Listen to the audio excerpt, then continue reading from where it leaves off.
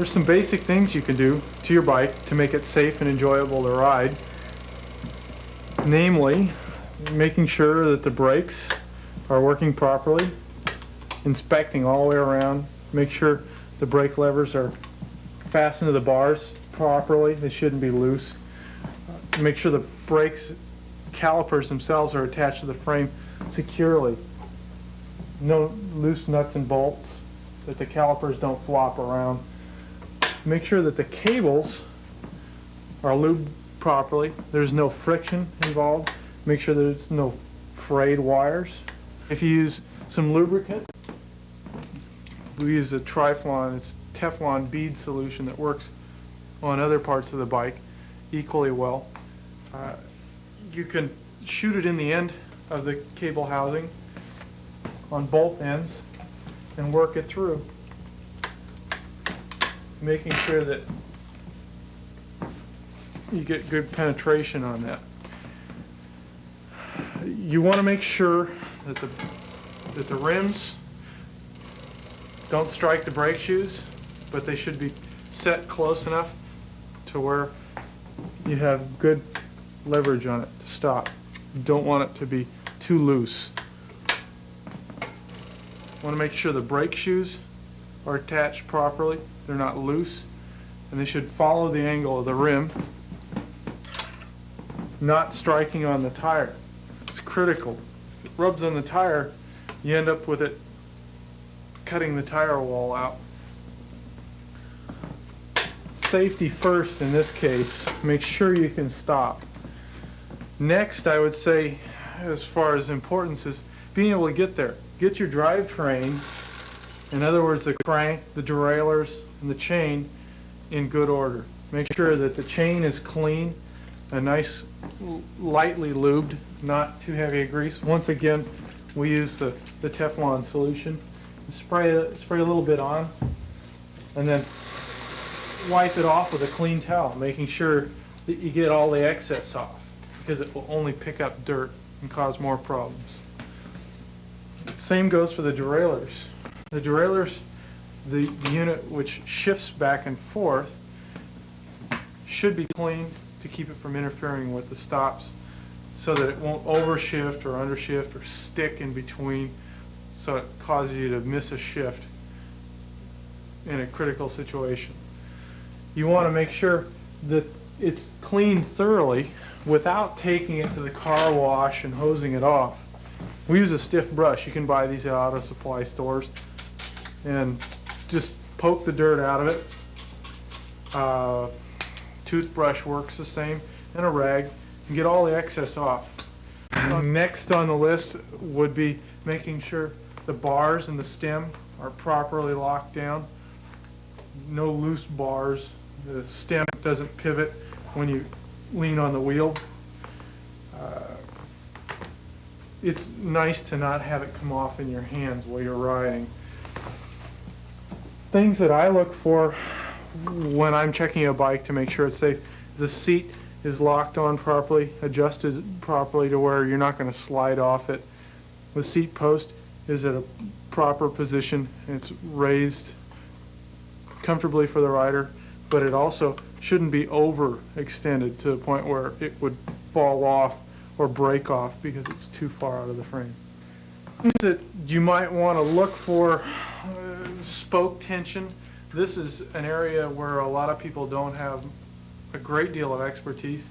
It's critical to have the spokes properly tensioned, also to have the wheel run straight between the brake blocks. It's all dependent upon the spokes. If you have spokes missing, it can be a potential hazard. A thing while we're right here is to make sure that the valve coming out of the tire is straight, not kicked off to one side where it could possibly pinch inside.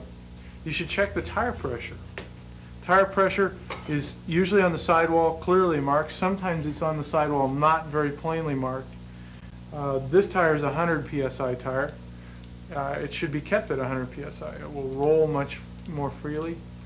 It's a much more pleasant ride. There are a lot of tires on the market.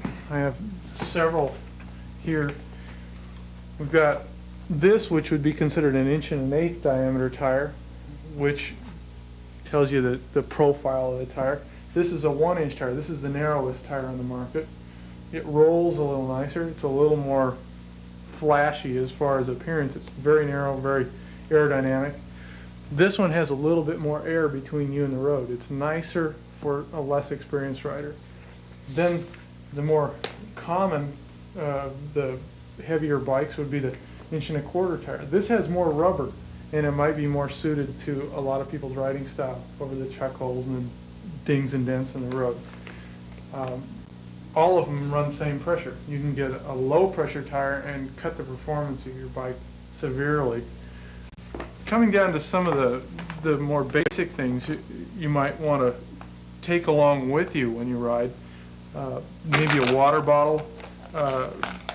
It's nice to have water so you don't dehydrate yourself. You can have a ready supply of water.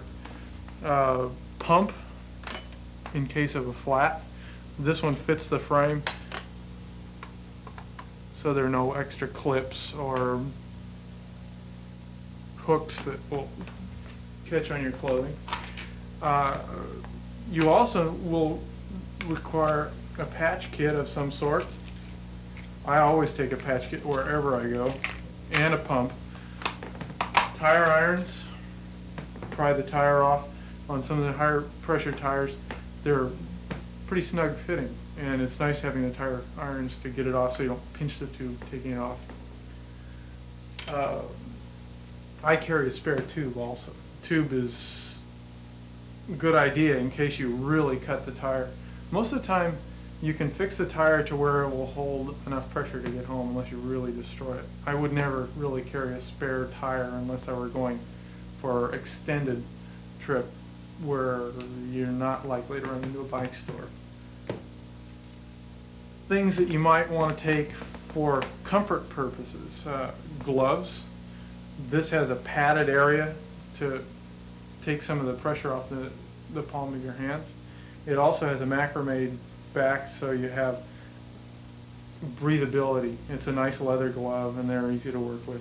There's lots of gloves on the market. These work really nice. This is a typical biking glove with no fingers. Not much for warmth. Leg band to keep your trousers out of it if you happen to wear long pants. It's nice to have a pair of pants that don't have the seams that Levi's or what have you, typical walking type pants haven't. The seam will get to you after a while, and there are special biking pants, some with leather chamois inside, some with synthetics, but they're usually seamless in the crotch and much more comfortable. The clothing makes a big difference. As far as the other point of contact on the bike, your feet, you should have a comfortable shoe, something not too flexible. Something with a fairly stiff sole makes a big difference so your feet don't fall asleep. And you can use the toe clips to center your feet. You don't necessarily have to have the straps down tight to make a difference. What they will do is hold your foot in the proper position, a pedaling position, so you can make a nice smooth circle, and so you don't slip off when you're starting. They're inconvenient for beginners, but it's something well worth investing in. We have some basic tools you could take along with you. Most of the time we don't recommend taking the tool kit along with you. It's not necessary to have all the tools. A dime is what I usually carry and get a ride home when it breaks down to that point.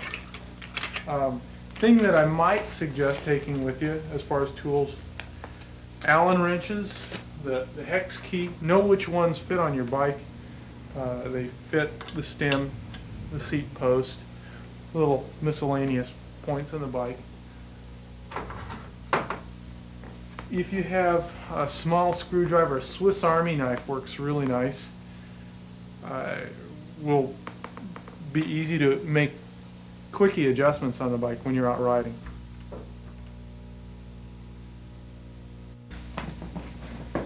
When it comes down to it, you want to have the bike safe and operational all the time, but it's nice to give it a once over just before you go riding. And it makes it so much more pleasant to not have to fight the bike while you're out. It's a good idea to just give it the quick, simple maintenance, and it'll save you in the long run.